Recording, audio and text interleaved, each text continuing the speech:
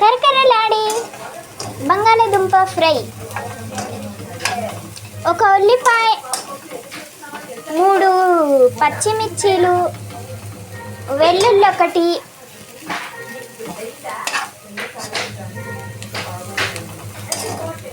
Cut చేసి fry చేసి కొంచెం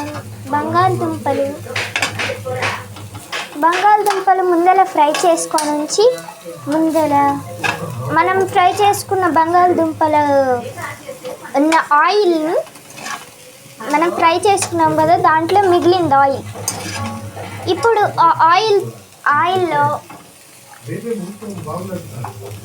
ఆవాలేసి పప్పులు వేసి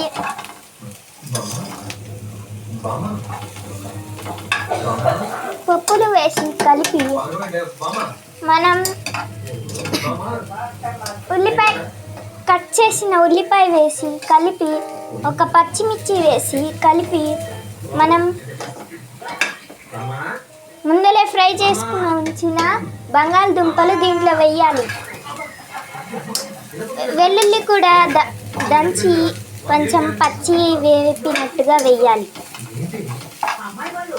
వేపుకుంటే ఇంకా మన కరకరలాడే పొటాటో కర్రీ రెడీ.